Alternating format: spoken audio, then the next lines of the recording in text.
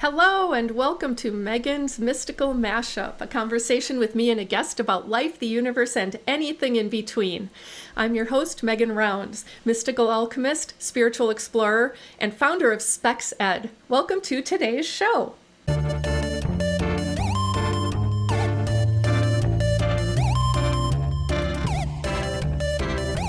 Today's guest has been a member of the Lightworkers Lab for about 2 years, and she spends much of her time in the lab light room where she hosts the bi-monthly show Channeling and Healing with Divine Emissaries, Sundays at 8 p.m. Eastern Time. She is a healer, medium, and channel of spirit, with claircognizance and clairvoyance as her strongest clairs. 2020 had been a particularly intense year for her, having completed 4 Lightworkers Lab intensives: the Intuitive Intensive, the Energy Intensive, the Mediumship Intensive, and the Channeling Intensive. And if that wasn't enough, she also has been invited to coach for the upcoming 2021 Intuitive Intensive. In addition to her focus on spiritual work, she has also rekindled her passion for painting. And after living in Greece twice for a total of about 7 years and sharing her life with many, many pets, she is now happier than she's ever been, living a simple, modest, and very enjoyable life on her own, complete with lots of glitter. Please give a warm Lightworkers welcome to Tia Koulianos. Hi, Tia. Hi, Megan. Welcome. Hi, I'm so everybody. happy to see you here today. Thank you. Thank you for having me. Oh, my pleasure. Great Thank you show for so saying far. Yes. Oh, thanks. I love that card. I know, isn't it awesome? That was for me too, yeah. Yep, my home is my castle. Yep. Absolutely. Excellent. Yep. Yeah, and I love it when I pull new cards for the first time. Last year, towards the end of the year, I kept pulling the same cards, it seemed, like 2 or 3 that were rotating through the year. And I'm like, okay, well, these are important messages, but it's really nice and refreshing to see something new. Cool. Cool. Yeah, no, that was a good one. I was like, oh, that one's, yes, I'll take that one. Thanks. Well, and so as we talked about before in preparation for the show, I start out with a really big request, and that is to share with us your spiritual journey. And you're welcome to start wherever in that journey you would like. And I will really give the floor to you to talk about whatever and how much you would like to. And then I'll jump in with questions or additional comments and things like that as we go, and we'll just see what happens. Perfect. Awesome. Sounds good. So where to begin? It's a long journey. Let me tell you, it's a long journey. So, my life wasn't based on a spiritual life. I wasn't really involved in church. I was open-minded, sort of spiritual, but never really delving into this world of spirit.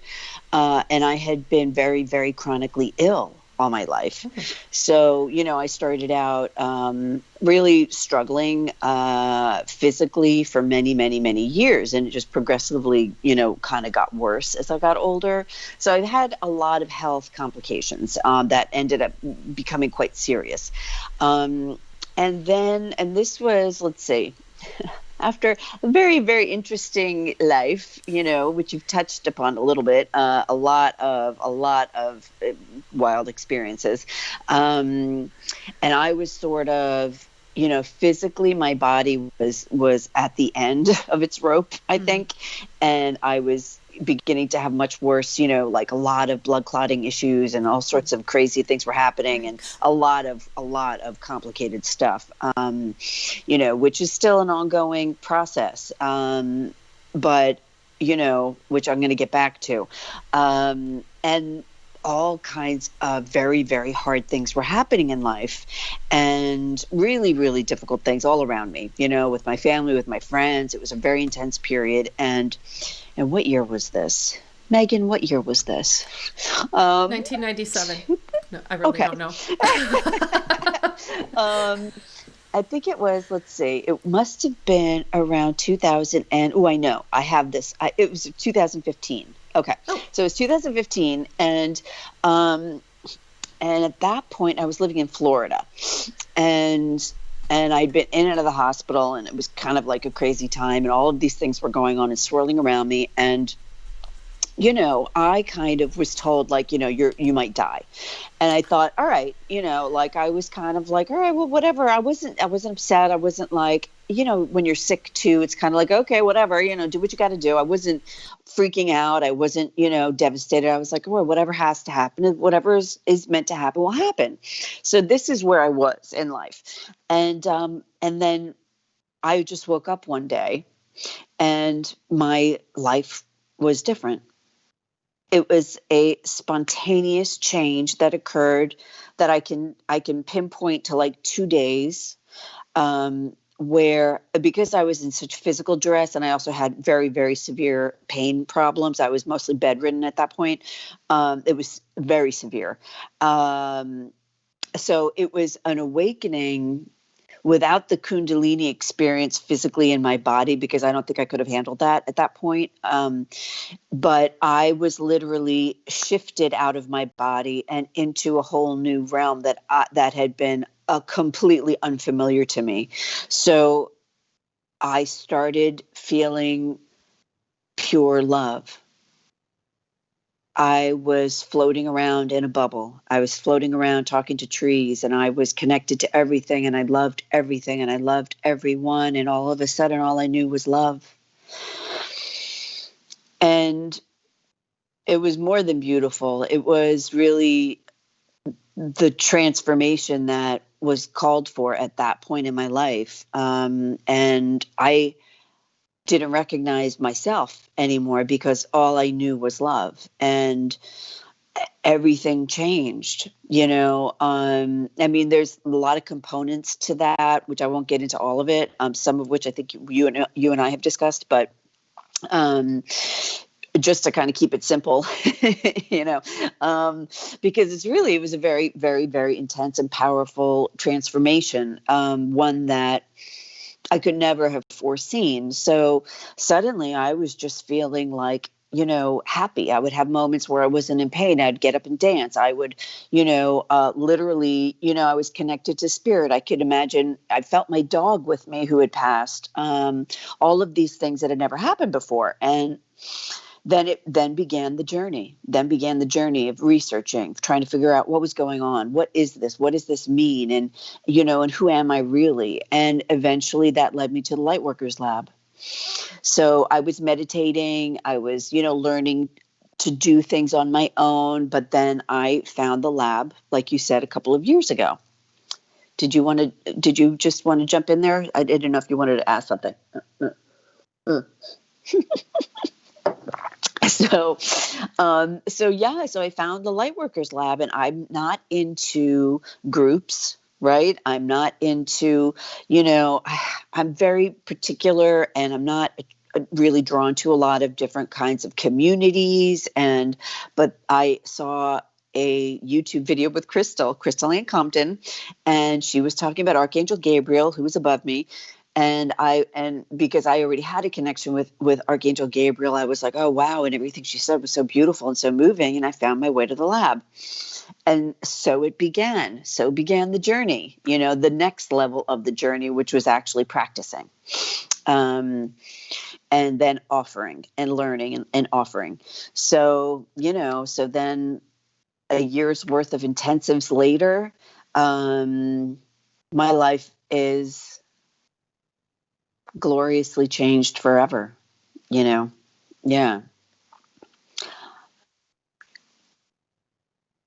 I don't know. There's always something. It's such a long story, um,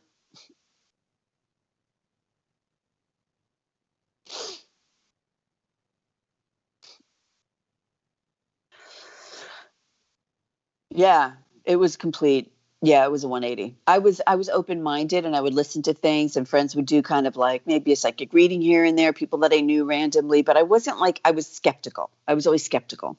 But I was open but skeptical. I'd had my own experiences that I didn't really think about because they were my experiences, so you don't really kind of analyze it too much. Um, so I was open, but I was definitely not on any kind of a spiritual path, and I was, more skeptical than not. So it was a 180. It was a 180. And Yeah. I realized that I was muted to the live stream when I asked that question, so I'm just going to ask it again for those who are watching. Sorry Okay. about that. I mute my mic so you don't get double like feedback from what I'm listening to at home. Right. But my question was to Tia whether she had already been or had always been spiritual. She had said she was religious, but was she attracted to aspects of spirituality, metaphysics, things like that? So that's what she just answered. And thanks for letting me know you couldn't hear me. I appreciate it. And so it sounded like have you moved a lot? I mean, I know you lived in Yes. Greece 2 different times, and then you mentioned Florida, and I Yes. know that's not where you are now. Yes. So just Yeah, kind of, that's been a lot of my life, of instability and struggle financially, and not having home, which is also why your card was so yeah. poignant, because after a long period of time now, once again, I have a home, and it's been challenging. Because there was always a comfort in life and I was able to move around. But, as things got more challenging, having like a permanent home was more difficult, especially with my health issues. So, now I am in a new apartment and it's very cute and all is well. But Surrounded yeah, I by lived in angels. Greece and I have all kinds of angels here. Yes, indeed. Which is, yeah, it's beautiful. It's beautiful. Living in Greece is amazing though, obviously, because why wouldn't it be? Yeah. Yeah, well, and I've never been there. I have a good friend who Mm, has gone and has told me about it, and I've done a lot of traveling, just not. I've always wanted to go to the Mediterranean and yeah. European countries, and that's the part of the world for the most part that I haven't been. Wow. I Wow. kind of figure One there's a day. reason. I don't know what it is, but Yeah. maybe I Yeah, had for rough sure. past experiences in a former life or something. I don't know. Right, right, right, right. Totally, totally. Well, one day you should That's go. right. Yep. One day, once we're all healthy, Yeah, at least yeah, a lot yeah. healthier than things are right now. Right. Now, I'm curious now, going through those intensives, one of the things I've taken the intuitive intensive, and Hmm.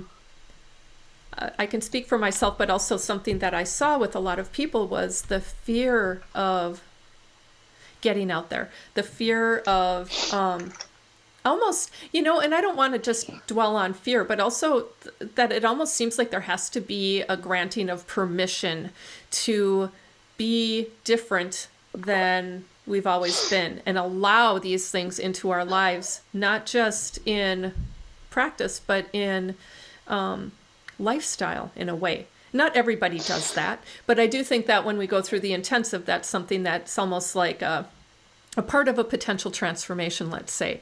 And I'm curious from your experience that really opened the doors to you and your spiritual journey. Did all of that just erase itself, or did you still find those challenges, if you had them, in any of your learning experiences?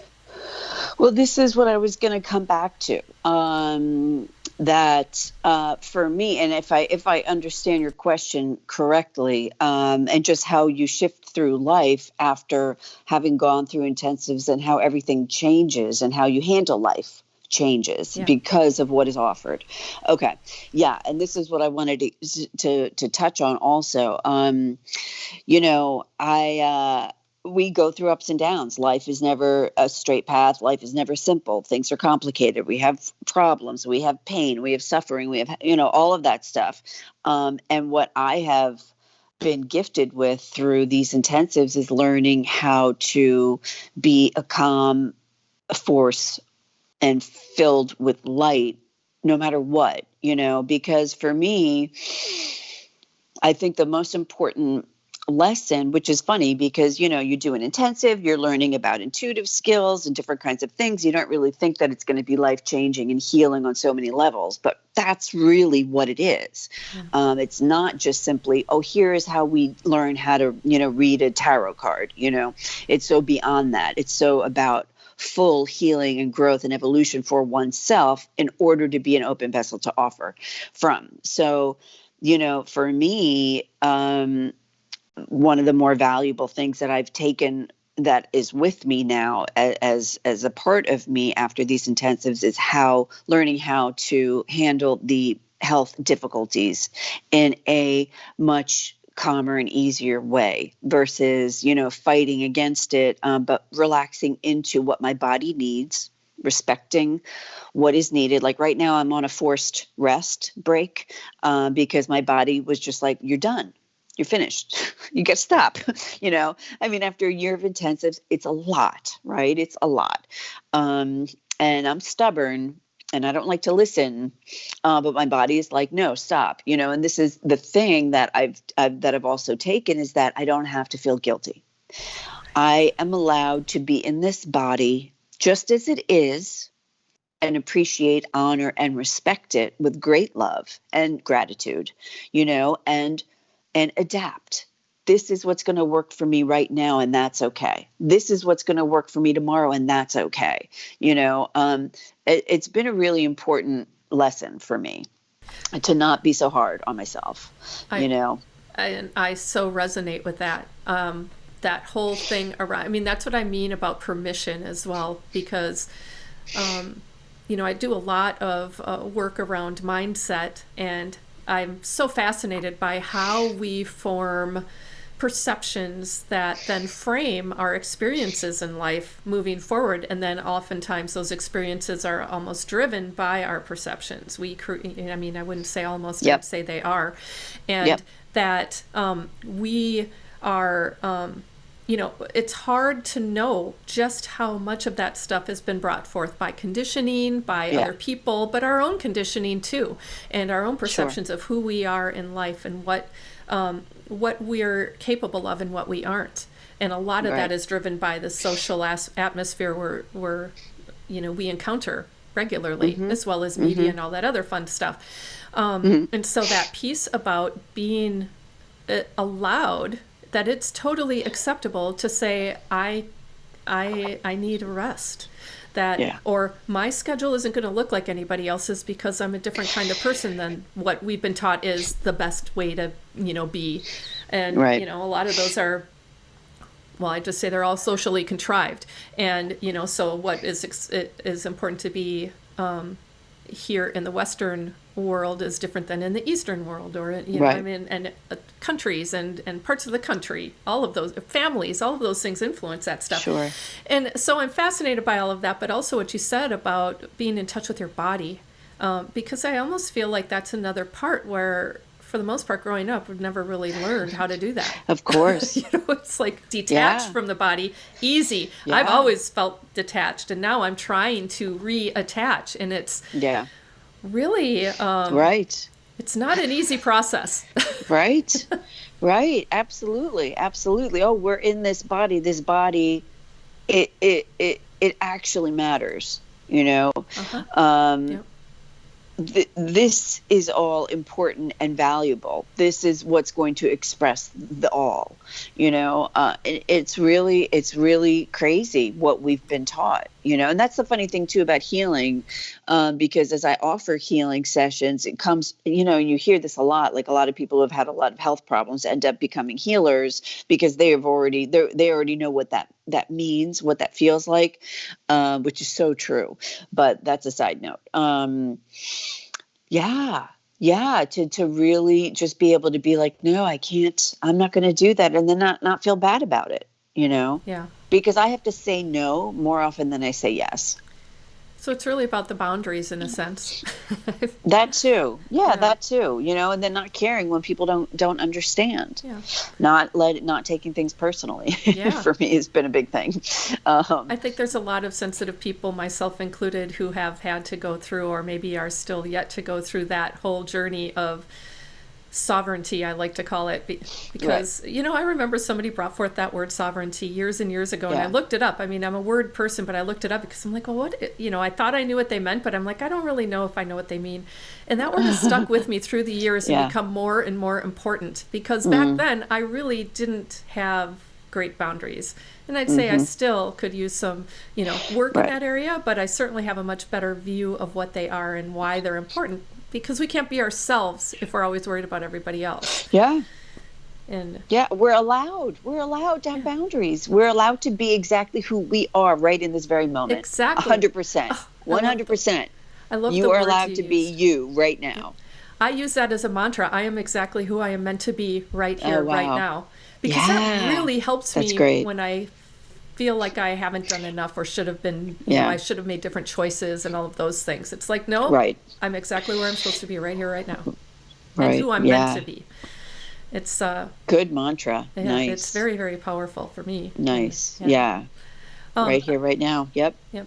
There's I wrote a note that going back to what you had said as a part of your journey, that it's not so much about what happens, but how you handle it or how you respond to it. I've heard that elsewhere, but I really want to bring that forth now because it seems such an important thing, that it's like stuff like this is going to happen. You've had all of these physical issues, health-related issues for much of your life, but it sounds like there might have been a shift between how you received it and responded to it from before and now. Yeah, and this is purely because of the intensives. 100%. I mean, and I'll give credit where credit's due. This is what I have learned through the intensives. My health isn't so vastly improved. I'm doing much more than I've been able to do in a long time. It is very hard for me. It is very hard on my body. But now I'm not going to get nuts about it. I used to get nuts about it. I feel sick and I'm so upset and I'm really angry and all of these emotions and I can't do that, or I would get into a tizzy.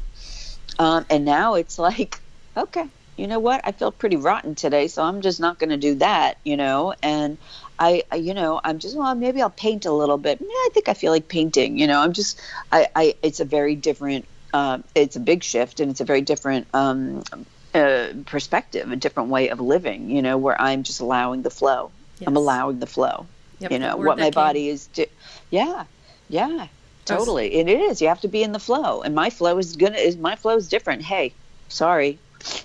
Well, that's the whole thing. I wrote down, that it's this and sovereignty, both seem to me to allow us to recognize and embrace our differences, value our differences, and recognize that, how you receive information. I think we talked a bit about that before this program, but in preparation, is maybe different than how other people receive or channel, for example. Right. But empaths receive information differently, and both collectively as being identified or as identifying as empaths, but also individually in terms of how does that work for them one-on-one. And it's so hard sometimes to go into a program and see other people receiving this stuff without, it's like they just are naturally, it seems, they're just like very intuitive, they're very clairvoyant or something, and why can't I do that? That whole comparison syndrome. And for sure. My own experience in the intuitive intensive is that they're all about recognizing your own approach and valuing that. But I'm curious about, was that a part of your experience in terms of you used to get more upset about, certain things than you do now? Was it because you felt like you should be doing certain things? Oh, yeah. Because I couldn't be, I wasn't like my sister. I wasn't strong and healthy and working all day like a horse, and there was always a comparison, and I was always the weak one. I was always, because nobody believed I was ill. No one believed that I had these health problems. So I was always, she's not really, doing anything, or, there was always massive judgment. And there's probably, self-judgment too, for sure. I mean, And I was always trying to push beyond and force myself to do the things that I thought I was supposed to do. That didn't work. It didn't work. Yeah. Well, and I think getting to the point where you recognize it didn't work and why is a really, I'm a big fan of awareness and understanding, wow, all of those things happened. And it's one thing to get upset and to blame and to judge and to point fingers at other people for impacting our lives in a certain way that we wish they wouldn't have. But then there's another way to be, that taught me how to become more empowered in myself and release those ties to, all of the other, like that whole thing about being like your sister. I mean, I think that happens pretty much in, Sure. I mean, I don't know if it happens in every family, maybe not, but a lot of families. That's why I say it, it's such a common issue of comparison, within families, or that kid's the black sheep, or, that kid is the lawyer and look what they did and what they accomplished. That's such a common thread in so many families in America, anyhow, in many places around the world. And, this is how we treat things, and this is what we've been taught, and this is what our society deems, appropriate. And what we're relearning here, through spirituality, with courses in the Lightworkers Lab, we're relearning what it means to be human. Yes, exactly. And thank God for that, because... And that's a big part of the age of Aquarius, isn't it? Yeah. I don't know why this is popping into my head, but I think it was 7th grade. We had a talent show in our middle school, and I danced to that song by myself and did like a freeform thing. I was dressed like a pickle, all green, even a beret. I don't know what that was about. It wasn't meant to look like a pickle. It's just so I remember it. The Megan the Dancing Pickle, dancing to Age of Aquarius. And then I was mortified because I made it to the next round and I had freeformed. So I was like, oh, I hope they don't expect the same dance again, because I don't know what I did. But I didn't really know what that song meant. I just liked it, Yeah, and cool. So it was like that song. I know the words and everything, but it never really made sense to me until I've heard more about this new age, and I'm refreshed to find that it is more about recognizing our individual values and contributions to the world, and less about the expectation of unity in the sense of conformity, And so I don't know, that just came forward to me, and there was something else I was going to say about it, but I've lost it. See, I told you I didn't write that one part down. Yeah. And I mean, this is the dawning of the new age. I mean, it's all going to be different from here on out, and people are freaking out about it, maybe, kicking their heels a little bit, but this is for us. This is meant to be a period of reflection, a period of, really, really thinking like, wait a minute, maybe this didn't work for me. Maybe that wasn't who I was, and that is hopefully what is going to be a takeaway. Yeah. After this sort of unfortunate, difficult clearing period, in a sense of really having to sit down and reflect, okay, what's valuable to me and who am I, So, I mean, I think this whole period, which has been tragic, painful, confusing, constraining, is also the greatest blessing that maybe in our lifetimes we'll experience, in the end anyhow. Maybe not immediately for a lot of people, but, it's still a great blessing. This is not for nothing, this is a wake-up call for everyone. And I almost feel like feeling channeling energy coming through as I'm saying that, but go for it if you want to. Yeah, I don't know. I wasn't. That was unprepared. That was not. Yeah, that was. Wait, what's going on?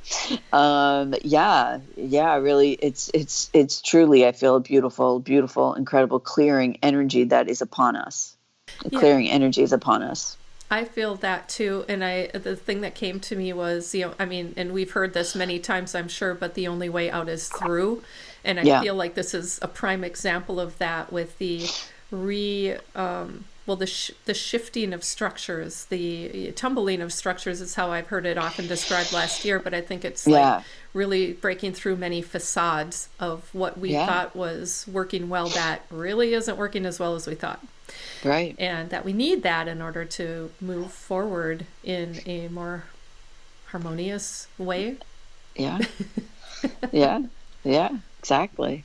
That's the beauty of it. That's the beauty of struggle, because and the harder the struggle, at the end, you get a whole lot more out of it. There's a whole lot of light at the other end of that tunnel. A whole lot of light. I love that you said that, because to me that just really highlights mindset, because we have been I always say brought up. I don't know what your parents said or anybody else's parents said, right. But I'd say as a culture, speaking from an American perspective, we've been brought up to dislike struggle. That when we encounter a struggle or challenge, that it's hard and we're not supposed to like it. And so It's not just our perspectives that have been trained in that way, but our emotional response to it. Yeah. And so that makes it, and then it's basically a self-fulfilling prophecy a lot of the time that, oh no, this is going to be hard and I'm not going to like it. And so then we don't, right? Then it just sucks. Right. But totally. I do think that we can shift that perspective and the emotional element of that to one where it's like, okay, well, this is going to be different. But different doesn't mean bad, right? Yeah. It's different. Let's get curious about it. What does it mean? And how can I embrace the emotional component without it feeling heavy? It's like, let's just look at the pure emotion and not what I label it as or what I judge it as, and just let that in. That's something I've really been experimenting a lot with, because we've had intense experiences over this last year.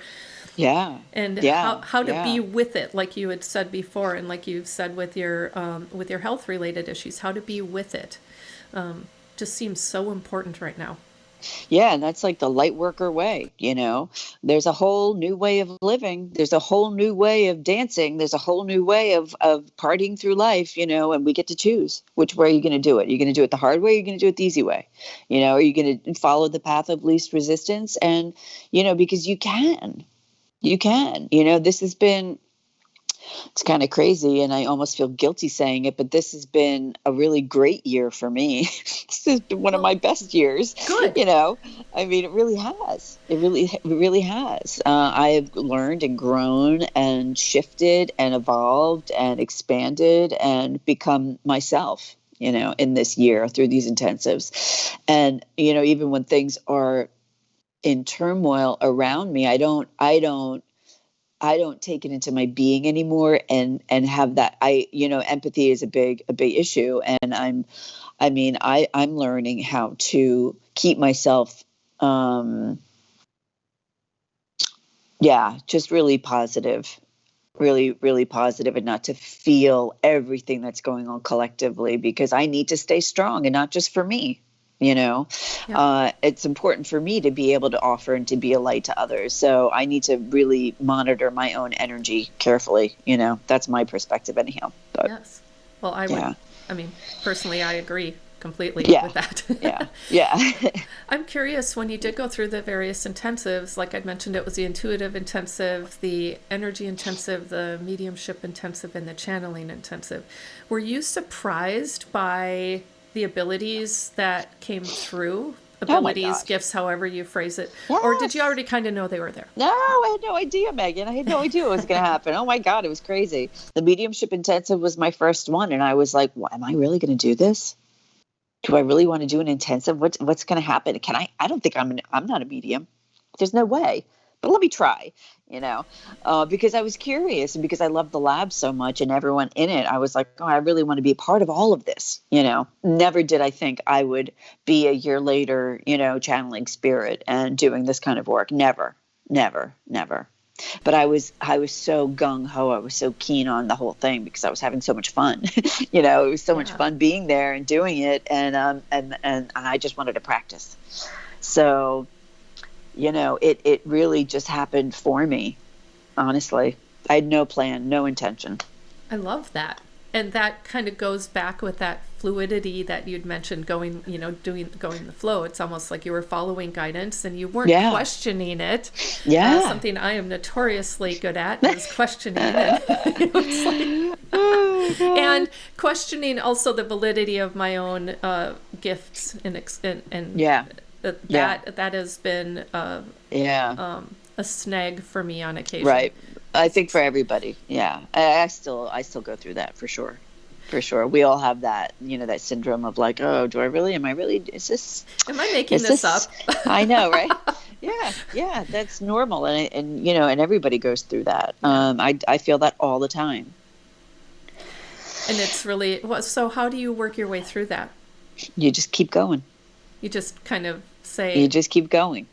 You say, yeah, you know what? You just, I don't know. It's not like bypassing, but it's kind of like, at a certain point, you have enough experience where it's real, and it's just your mental mind tweaking and trying to con you, and like talk you out of it, because my experience is so much greater than that mental chatter.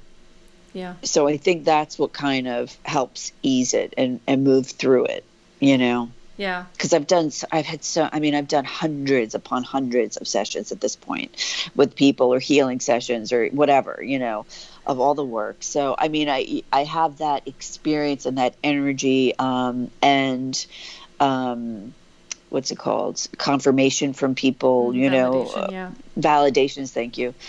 For that have built up enough of a plateau for me to be like, okay, it's cool, just relax, it's fine, just walk through it, but I still have those feelings all the time. I don't know if it ends.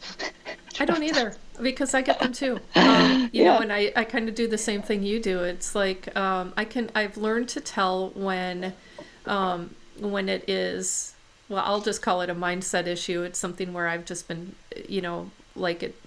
all those things that have told me this can't happen in a physical, reality. Right. And then my true beliefs, which is that we've only been taught one half, maybe more or less, but like half of what is in existence. It's all the subtle energies that we can't see that really inform a lot more of our lives, but we've been taught to ignore it or to discount it or to disbelieve it. And so I have to kind of go through this whole weird, like almost I don't know, light worker logic. It's like two different forms of logic there, the kind that I've been taught and then the kind that I believe. And those two things are not always in sync. But the one, when I look at the expansiveness of energy and spirituality and metaphysics, that always shifts the blocks that I have that are, deeper set mindset issues. And that in itself is a validation for me. Yeah. But it's... Yeah, oh, that's absolutely. Somebody mentioned in the comments that our backgrounds match, and the colors of your Archangel Gabriel and my picture that's cool. I know, I hadn't even noticed that. So thanks for finding that out. Interesting. It wasn't planned. Oh, cool. And somebody else had mentioned, your beautiful painting behind you, and this is something that you painted, right? Yes. Yeah. Yes. I wanted to make sure everybody Thanks. knows well, that. I started, I don't have artwork. So I was like, okay, what am I going to do? I didn't want to spend money. I was like, all right, I had the art materials. So I'm going to do Michael next, and then Uriel and Raphael. Hopefully. We'll see. We'll see how it goes. As they come, right? The inspiration to paint. With glitter. With glitter. With the glitter. That's for sure. I know. I love that. It's so cool.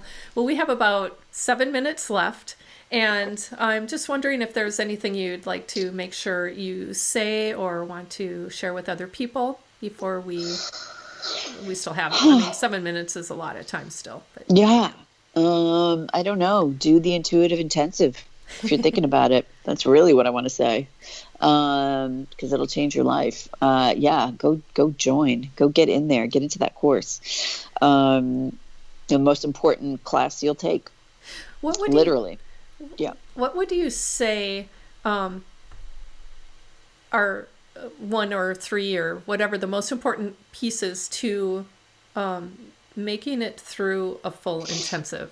If you were to give advice on how to fully complete an intensive, what would it be? Just have fun. Like, don't stress, don't overthink it. Just follow along, do your best, have a good time, hang out, and it will evolve. It'll be what it needs to be, without like the stress of it. Or, I mean, for me, it's fun. It's fun. It's easy. It's fun, it's not a competition, so I mean, I would say just go in and enjoy yourself, meet people, make connections. Everyone helps one another, so that's something that is really valuable. Friendships for life. So you'll never be alone walking through the program.